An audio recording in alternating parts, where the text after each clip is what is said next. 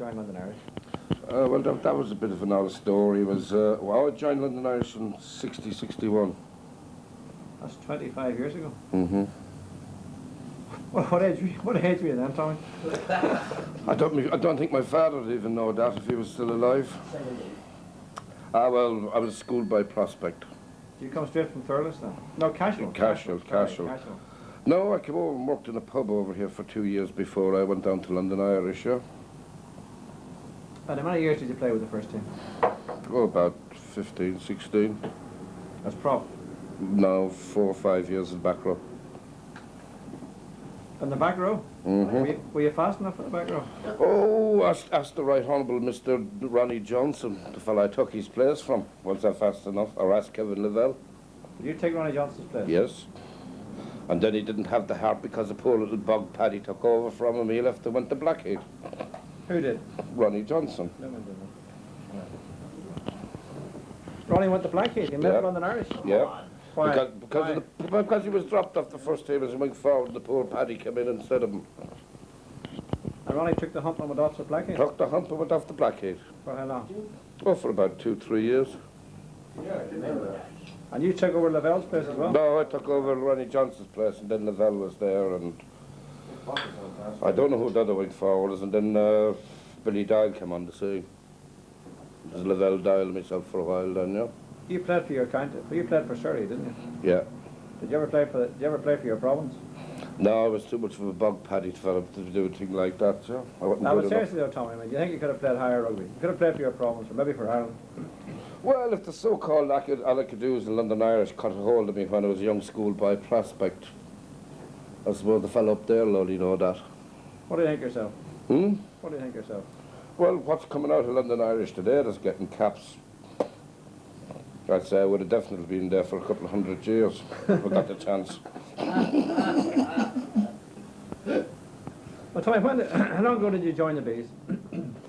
That was a story. I had a, what did they call it, a slip disc. And I see the Bees playing and Egan was short. And he asked me to play. So I went out, and then the week after, Oxford were playing London Irish first team. And the secretary of Oxford came over and he says, who's Tommy Joy? And I thought it was the police coming for me, you know? So I didn't like to say I was Tommy Joy, so eventually they found out, and he asked me would I play for Oxford against London Irish. And the heading in the Evening Standard that night was Joy for Oxford. We beat him 8-3.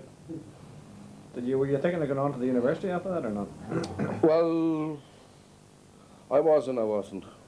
Well, I think I was a bit too old to get onto the varsity team. Aye, yes. So I ruined that as well. And then I started playing, but then I left the club. We'll forget about that. You did tell me you left the club. Mm-hmm. How long did you leave the club? Well, some people accuse me of leaving the ship when it was sunk, yeah? How long were you away from London Irish? Oh, about 3 years. Has Dave Jackson anything to do with it? Yes. What? Huh? I think we'll leave them things behind us now, yeah. It's no good bringing up bad feelings again, yeah. So you went and played for Streatham, Croydon and Richmond, isn't that right? Oh, Blackheath, Barts Hospital, Richmond, Streatham, Croydon, Surrey County Cap, and came back to London Irish. And back to the Bees? No, back into the first team for 4 or 5 years. And then eventually the Bees? Eventually the Bees then, yeah. So how do you enjoy your rugby with the Bees? Compared now to the other rugby you've played? Well, I suppose you couldn't compare it on rugby-wise, could you? The crack was excellent.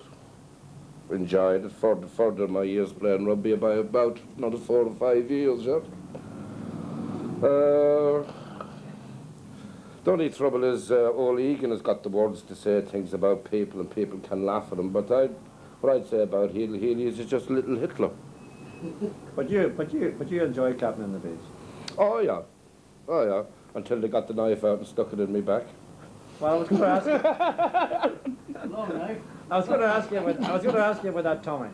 I mean, how exactly did that happen? I mean, what happened? I don't know. It was when I was away on holidays, Mr. O'Hara. You'd know better, because you're organising it. Tommy, that's very unfair.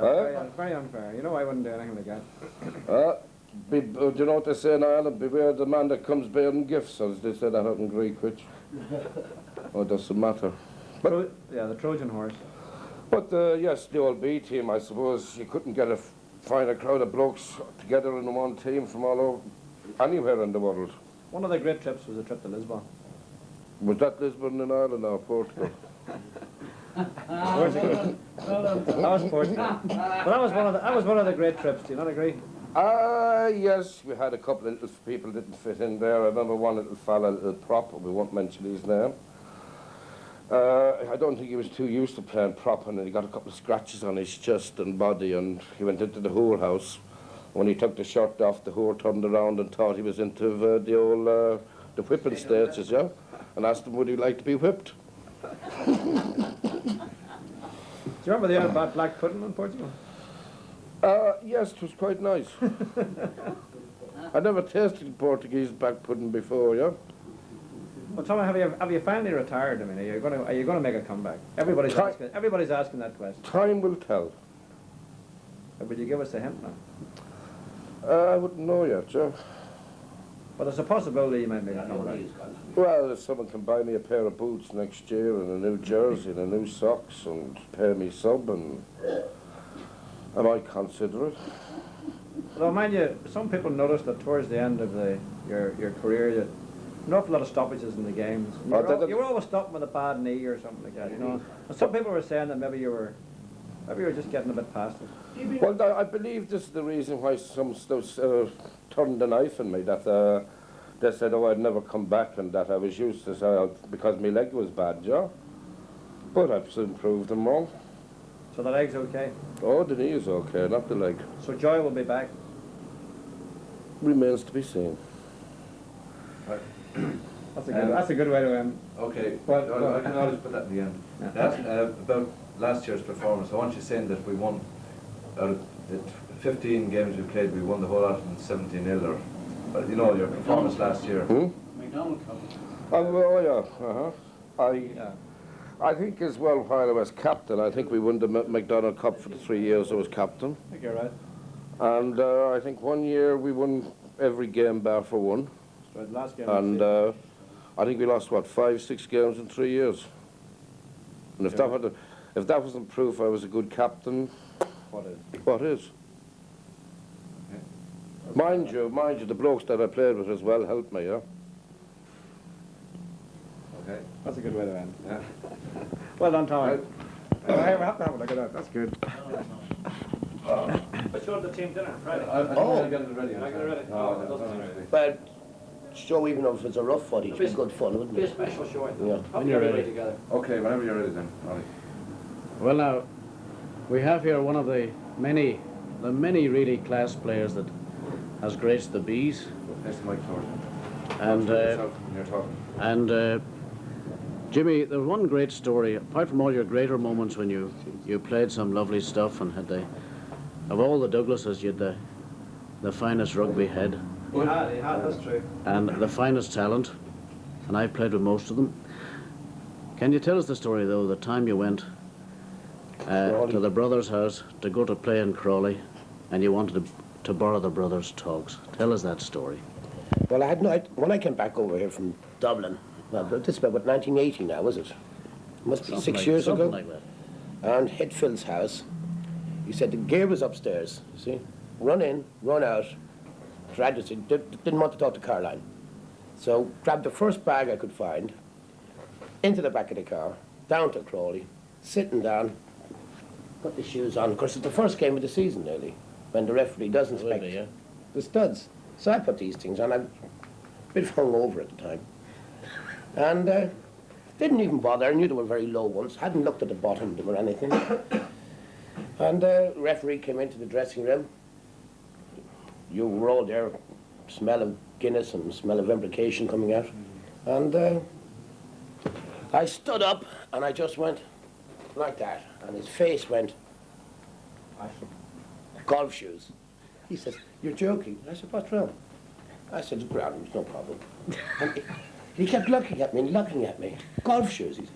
Yeah, well, look, they're not that bad as studs, I said. So I had to take the 100 fuses. And if that story travelled a bit, I can assure you. But the referee came up afterwards and said, "You were joking, weren't you?" Oh, I'll never forget that. It was very embarrassing then. Well, Because Jimmy- I hadn't really looked at the shoes at all. I just put them on, didn't even look at the bottom of them. Phil's golf shoes, I'd taken the wrong kit. Well, I think- Very embarrassing. I think, Jimmy, everything in life turns out right, because if I remember 2 years later, you played in a muddy pitch against Burr Road in tennis shoes, and I think that justice was done in the end. Would you say? Old Borough, yes. Well, if you got talent, you can play on any surface and with anything. Yeah. That was a hard one, though. No, it's been a great. Now, from my point of view, okay, Egan's lives are an institution in the club. People say that they are probably too much of a club within a club, which I can understand. A lot of people are jealous about the Bees, I find, because they don't like you to have that individuality. But most of the chaps on the Bees have played top-class rugby, so it's great. Really, is great to be playing with them because everyone knows they're doing the proper things. You haven't got a few gobs. Slowly, yeah. No, it might be slowly, yeah, but at least they've all played a top-class rugby sometime or other. And it's honestly, it's been. Is it true that some of our moves can't be copied because they can't be done at speed? Well, it's very hard. It's like watching this in a replay. Well, here, listen, Jimmy. Listen, Jimmy. What about the comeback? Have we seen the last of Jimmy Douglas? Well, I'm 50 this year, and I think it's time. Since Tommy Joy did my leg in 1965 or whatever it was, No, I think I've been very lucky. I've never had any bad injuries, and people say it's a rough game or whatever, and I've played all types of rugby, but it's when you get to a certain age, unless you keep training. Basically, I don't want to see anyone going out playing for the Bees unless they train for it. Ronnie Johnson played when he was 50, I know, I remember that. Yeah, but you've got to have a certain level of fitness, though. I think it's very dangerous for anyone, even Tommy, if you don't train at our age. Right. You've got to have some basic training, even with such as jogging. Jimmy, correction. And that's been Your serious. age, your age. Okay, you're only 45, Tommy. But that's great. It's a great club, and I'm looking forward to the dinner next week. Really am. Great crowd of people. Okay. Okay. Thanks. Thanks a lot, Jimmy. Yeah, great.